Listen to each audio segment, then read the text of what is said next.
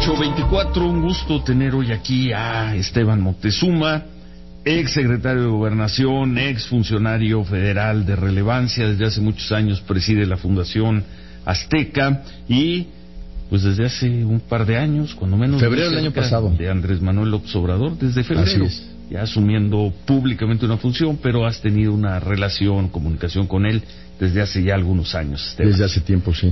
Y eres ahora, buen día, eres ahora el encargado del proyecto educativo de López Obrador. Ciro. Y serías, si López Obrador gana la elección, probablemente serías el secretario de Educación Pública. Así es, esos son los planes de ganar Andrés Manuel.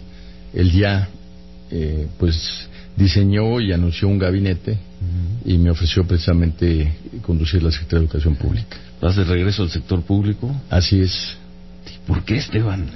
Pues Antes mira, que entremos al tema de la reforma. Yo siempre, Ciro, siempre he estado en lo social, ¿no? Estuve en lo social en el sector público, estuve en lo social en el sector privado y estaré en lo social si gana Andrés en la educación. O sea, esa es mi vocación. Sí.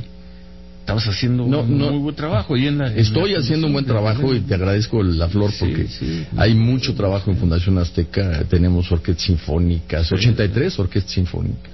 Tenemos el campeonato de robótica mundial en este agosto, muchas cosas. Pero precisamente cuando me invitó Andrés a participar, yo me pregunté a mí mismo en dónde tendría más impacto el trabajo.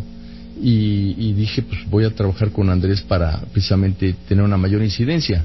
Obviamente es menos cómodo, ¿no? En Fundación Azteca pues tengo un mejor ingreso y más tiempo para mi familia y todo que en el sector público y además Andrés ya nos dijo que nos iba a pagar la mitad del sueldo. Además, bueno. Pero creo que si quieres a tu país, si tienes la oportunidad de servirlo, hay que aprovechar esas ventanas de oportunidad para trabajar en el sector público. Esteban Moctezuma, repito, antes de entrar al tema de la educación, ha habido momentos durísimos como servidor público.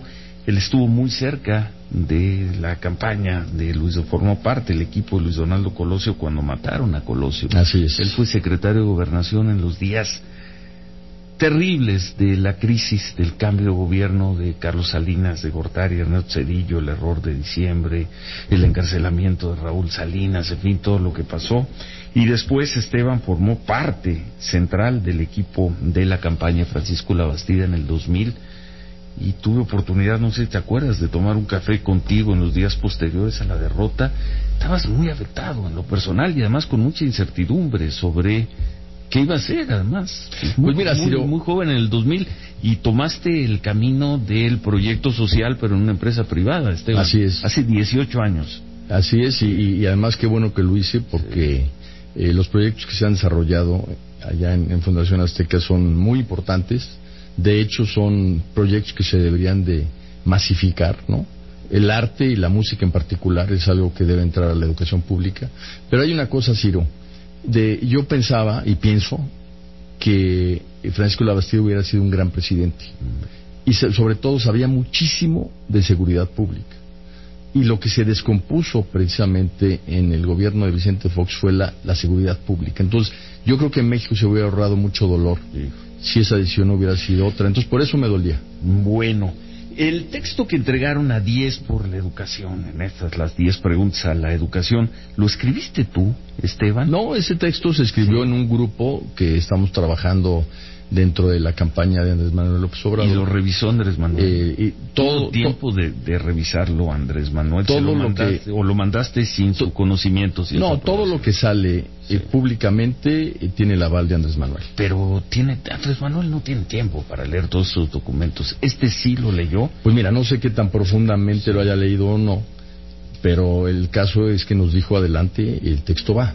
Lo elaboró un equipo, me imagino que coordinado por mí. Tú lo terminaste. Tú así hiciste la última versión del documento. Lo elaboró un equipo coordinado por mí, así es. Se lo entregaste a se mandó se lo mandaste y nos dio luz verde para y él te dio luz verde.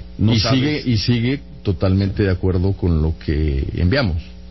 Es que sí hay contradicciones, Esteban. Mira, aquí tenemos frases. Mira, te leo una, por ejemplo. En las respuestas a 10 por la educación, el texto que enviaron, que además es público, ya se puede ver, ahí dice que la evaluación de desempeño debe tener su justo lugar, que se le deben ofrecer a los maestros los programas que deben, y cito literal, cursar para que superen las deficiencias de las evaluaciones. Y así debe ser. Pero pues luego el sábado en Guelatao dice Andrés Manuel López Obrador que va a cancelar ese punto. Y esto mete mucho ruido. Mira, están presentando un documento que dice una cosa y luego el candidato va a la plaza y dice además con vehemencia otra. Hay una enorme diferencia entre leer y leer, ¿sí? Yo creo que las organizaciones no leyeron bien. Ay, Esteban, te voy a decir por qué. Son especialistas, gente muy seria. Lo que me acabas de decir en este momento, la evaluación tiene que tener su justo lugar.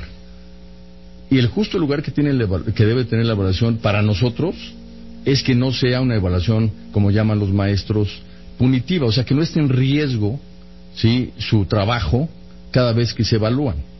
Eso es para nosotros ponerlo en su justo lugar. Ponerlo en su justo lugar para nosotros es que primero capacitas y luego evalúas. Fíjate, todos los materiales, libros de texto, planes y programas de la reforma educativa todavía no están en las escuelas. Sin embargo, los maestros ya fueron evaluados.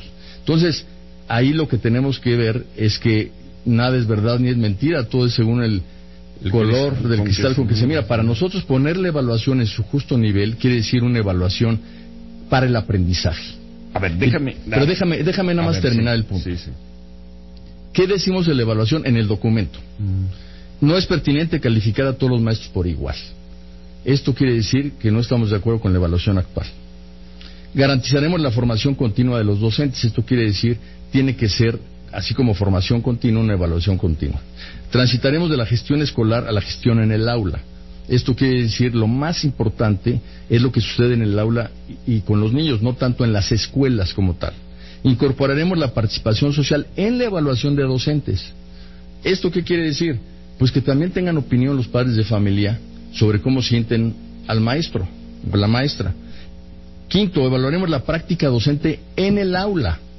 Esto es radicalmente distinto a la evaluación actual. La evaluación actual sientan a todos los maestros en un galerón con computadoras y el maestro a lo mejor golpea a los niños y nadie se entera si resuelve bien su examen. Entonces lo tienes que evaluar en el aula para ver cómo se comporta, cómo le da autoestima a los niños, cómo trabaja.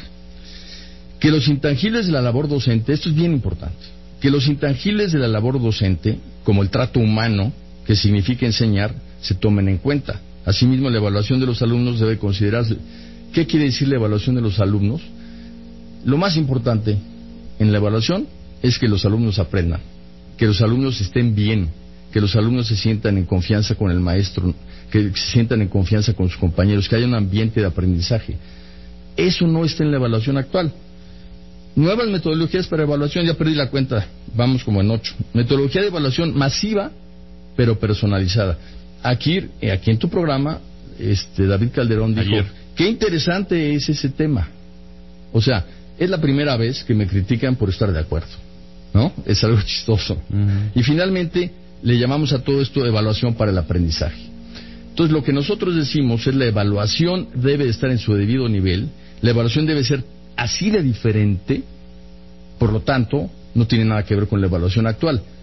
Ahora ellos dicen, hablan de evaluación, luego entonces hay contradicción porque Andrés dice que va a revertir la reforma. Yo no conozco, en serio, la mal llamada reforma educativa. Yo no conozco y te invito a que les preguntes a los maestros. Ninguna maestra ni ningún maestro de ninguna parte del país me ha dicho que se niega a ser evaluado. Los maestros sí se niegan a esta evaluación.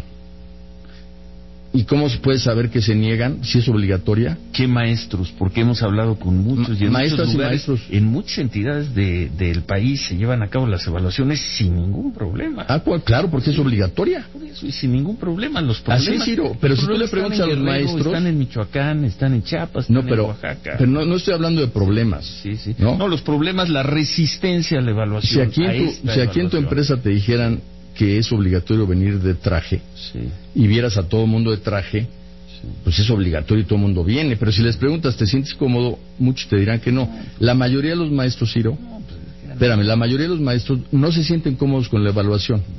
Con esta evaluación. Y ustedes tendrán otra evaluación. Así es. ¿Que la va a hacer quién? ¿El Instituto Nacional Educativo? Sí, claro. Pero la mayoría de los... ¿El INE? Sí, el INE, pero la mayoría de los maestros, Ciro, la mayoría, ninguno te dice que no quiere ser evaluado. La evaluación ya existía, Ciro. Es una farsa eso de que la evaluación nació con la reforma educativa. En carrera magisterial, si no te evaluabas, no podías tener aumento de sueldo. Entonces, finalmente, el hecho de que haya evaluación no quiere decir que haya contradicción. Bueno, a ver, vamos a hacer una pausa y seguimos conversando con Esteban Moctezuma. Me quedo, entre otras frases, con las que la gente de Mexicanos Primero y las organizaciones no leyeron bien el documento que les entregaron. Lo leyeron con otra visión. Con otra visión. Es como si llegas con un arquitecto, pero tienes que hacer una pausa mejor. A ver, vamos a una pausa y seguimos conversando con Esteban Moctezuma. 8:35, volvemos.